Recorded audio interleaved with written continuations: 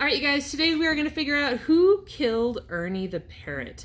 So you guys need to have your forensics lab out. It says M21 student handout 2 on it. And you need to read the directions about what happened when Cheyenne came home and found her beloved Ernie the Parrot to be in feathers at her front door. And we're going to figure out who our culprit is.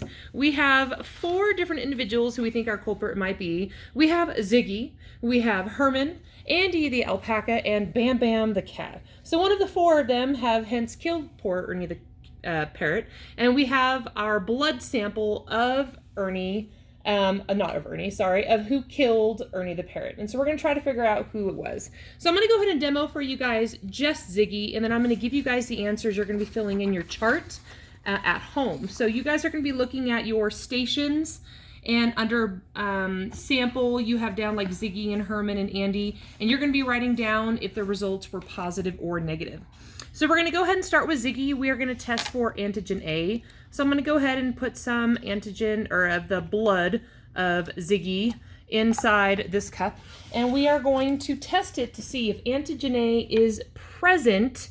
So I'm going to go ahead and put some drops of this factor inside here. We're going to take a peek.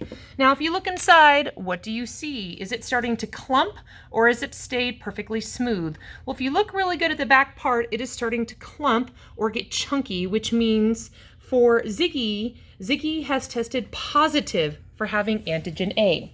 Positive for antigen A. So record that on your guys' chart.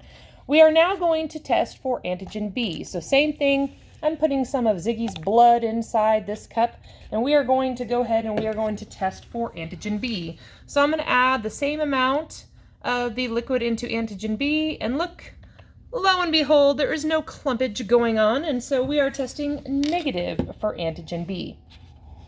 We're then going to put some blood in the rhesus factor cup, and we are going to go ahead and test to see if Ziggy comes out positive or negative for the rhesus factor. So we're going to go ahead and put in some of these drops. And if we look closely, if you compare that to the antigen B that was negative, you can see that the rhesus factor is positive. So Ziggy was positive for antigen A, negative for antigen B, but also positive for the rhesus factor. You can find what blood type Ziggy was based on the handout Who Killed Ernie the Parrot. I'm now going to go ahead and give you the information for all of the other individuals instead of walking through that test for sake of time. And we're going to tell you that Herman was negative for antigen A, Herman was positive for antigen B, and negative for the rhesus factor.